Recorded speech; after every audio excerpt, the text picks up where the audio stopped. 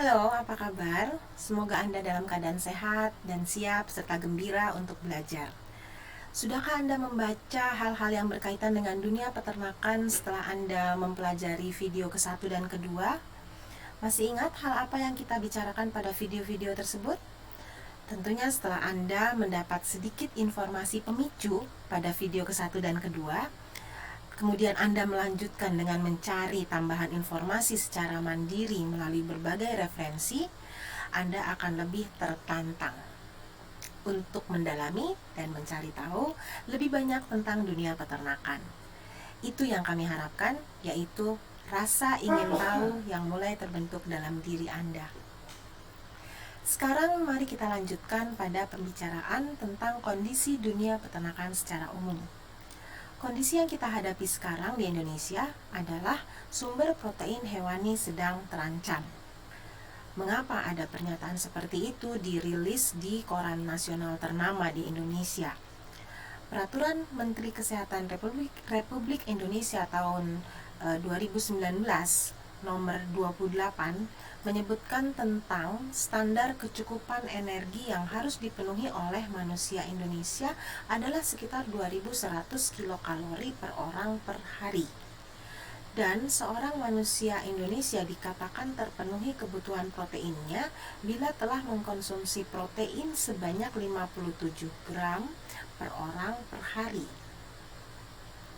Terdapat banyak hal yang menjadi alasan mengapa target kecukupan gizi masyarakat Indonesia belum tercapai. Antara lain, harga pangan asal ternak masih mahal diukur dari pendapatan sebagian besar masyarakat Indonesia. Kenapa harganya bisa mahal?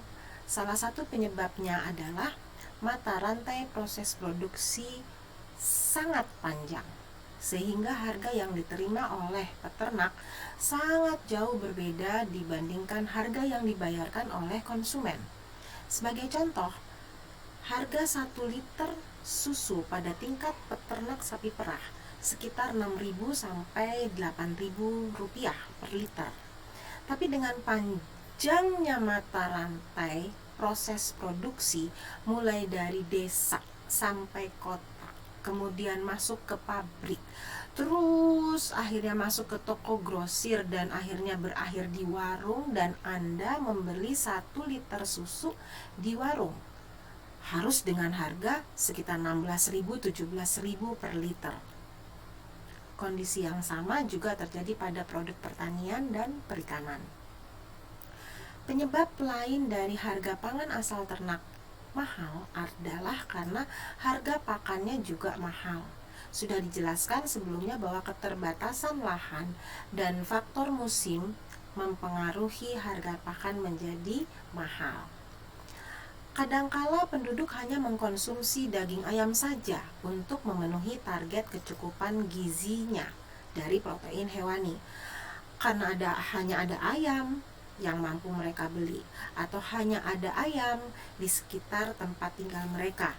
Padahal mereka dapat memelihara jenis ternak lain agar sumber pangannya tidak monoton. Mereka dapat memelihara kambing, puyuh, dan lain-lain sebagai diversifikasi bahan pangan asal ternak. Artinya, mereka butuh edukasi.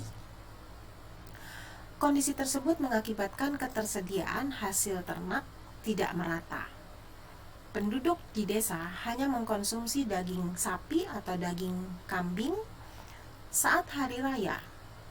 Di saat lain, mungkin agak sulit untuk dapat mengkonsumsi daging sapi atau daging kambing. Akibatnya, terjadilah kondisi ketidakcukupan gizi. Namun pada penduduk kota yang memiliki income yang relatif lebih besar, juga tingkat pendidikannya yang mungkin bisa lebih tinggi, tentu bisa lebih leluasa memilih beragam pangan protein hewani untuk mencukupi kebutuhan gizinya. Hal lain yang turut memicu ketidakcukupan target gizi adalah produktivitas ternak lokal yang rendah. Anda perlu mempelajari lebih lanjut agar dapat meningkatkan produktivitas ternak lokal. Sebagai contoh, bila Anda memelihara 1 ekor sapi Bali dan Anda memelihara 1 ekor sapi Brahman, Sebagai contoh, kira-kira berapa kilogram daging bila sapi Bali dipotong dibandingkan dengan sapi Brahman? Tentu Anda harus paham dulu yang mana sapi Bali, yang mana sapi Brahman, bagaimana karakteristik performance-nya, bagaimana persentase karkas yang mereka miliki, dan lain-lain. Yang terakhir adalah kenyataan bahwa daya beli masyarakat untuk membeli produk pangan hasil ternak adalah rendah, sehingga banyak penduduk Indonesia yang lebih mendahulukan kuantitas dibandingkan kualitas. Dengan uang yang hanya Rp50.000, tentu kita tidak bisa mendapatkan daging berkualitas baik dalam jumlah yang banyak. Akhirnya diambil solusi untuk membeli daging yang kualitasnya agak rendah tapi jumlahnya agak banyak. Bagaimana dengan nutrisinya? Apakah daging yang lebih murah di bawah daging yang berkualitas tinggi itu pasti juga lebih rendah kualitas gizinya? Silakan Anda pelajari, dan nanti juga ada mata kuliah yang mengajarkan tentang penurunan kualitas daging dan kondisi nutrisi yang dikandung pada daging bila dimasak terlalu lama. Ingat, daging yang lebih murah biasanya kualitasnya agak rendah, dalam artian lebih alot. Sehingga untuk memudahkan saat dikonsumsi, daging tersebut harus dimasak lebih lama. Bila dimasak lebih lama berarti butuh waktu yang lebih lama, mungkin ada nominal pembelian gas lebih banyak atau kayu bakar lebih banyak, dan lain-lain. Sekarang coba bayangkan, bila Anda mengkonsumsi 1 butir telur, kira-kira berapa jumlah kalori dan jumlah protein yang terpenuhi? Dengan mengkonsumsi 1 butir telur rebus, berarti 11% dari kebutuhan protein Anda untuk Anda yang berjenis kelamin pria sudah terpenuhi. Sedangkan untuk kita yang berjenis kelamin wanita sekitar 14% sudah terpenuhi. Atau berapa kebutuhan protein yang sudah Anda penuhi bila Anda minum 1 botol Yakult setelah Anda makan siang dengan menu ayam bakar misalnya. Pada video kedua, kita sudah membicarakan tentang jumlah produksi, jumlah konsumsi, jumlah impor produk ternak, bukan? Kita lihat lagi secara garis besar jumlah impor dari produk susu Indonesia, yaitu sekitar 80% dari kebutuhan total. Artinya kemampuan peternak Indonesia, peternak sapi perah Indonesia hanya bisa produksi 20% dari kebutuhan nasional. 80%-nya masih harus mengimpor. Sama halnya dengan kondisi pada permintaan daging sapi yang hanya bisa dipenuhi sekitar 47% dari kebutuhan nasional. Artinya 53% sisanya itu masih harus diimpor dari luar negeri yang belum tentu bebas dari berbagai penyakit. Anda harus mempelajari jenis penyakit apa saja yang pada ternak sapi yang menjadi persyaratan untuk bisa mengimpor ternak. Atau ada istilah negara bebas penyakit dan istilah zona bebas penyakit. Salah satu penyakit utama dan harus diwaspadai saat mengimpor ternak adalah penyakit mulut dan kuku atau PMK, Foot and Mouth Disease. Penyakit tersebut masih sangat banyak ditemukan di India. Anda masih ingat grafik yang menceritakan tentang negara pengekspor daging terbanyak ke Indonesia? Salah satunya adalah India. Silakan Anda mencari informasi lebih banyak agar Anda bisa memahami keadaan yang sebenarnya. Selain produk peternakan, ternyata produk pertanian pun Indonesia masih bergelut dengan tantangan impor. Artinya, negara kita belum mencapai cita-cita swasembada pangan. Kita lihat pada data jumlah konsumsi daging per orang per tahun dari berbagai negara di kawasan ASEAN. Secara rataan, penduduk Vietnam mengkonsumsi daging sapi sebanyak 9,9 kg per orang per tahun. Penduduk Malaysia nampaknya lebih banyak atau lebih dominan mengkonsumsi daging ayam, yaitu sekitar 46 kg per orang per tahun. Untuk babi ternyata lebih banyak dikonsumsi oleh orang di Filipina, sebanyak 15,4 kg per orang per tahun. Secara total, penduduk Malaysia mengkonsumsi protein paling tinggi dibandingkan penduduk Filipina, Thailand, bahkan Indonesia.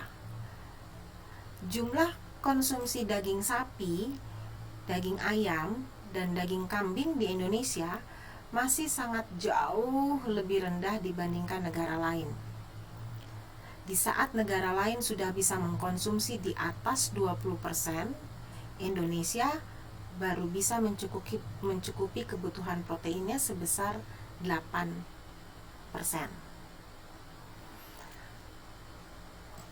Silakan Anda baca, ini ada sedikit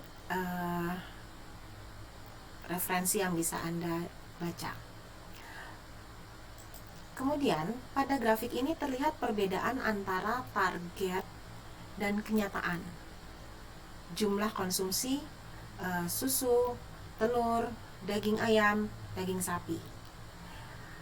Apa kira-kira yang terlintas pada benak Anda saat melihat data seperti itu? Kira-kira apa penyebabnya? Kira-kira apa yang harus dilakukan untuk memperbaiki kondisi ini? Silakan didiskusikan dengan teman-teman Anda.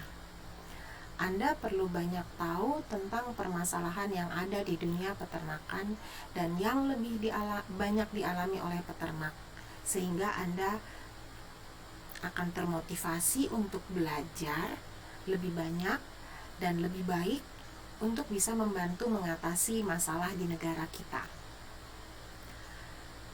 Anda sudah mulai mengetahui kondisi peternakan Indonesia dari sudut produksi dan konsumsi, ketersediaan dan kebutuhan. Bagaimana pendapat Anda dengan berita di media seperti ini? Apakah suatu solusi yang tepat? Atau bagaimana dengan pernyataan Menteri Perdagangan yang diumumkan pada media seperti ini? Silakan Anda diskusikan dengan teman-teman Anda.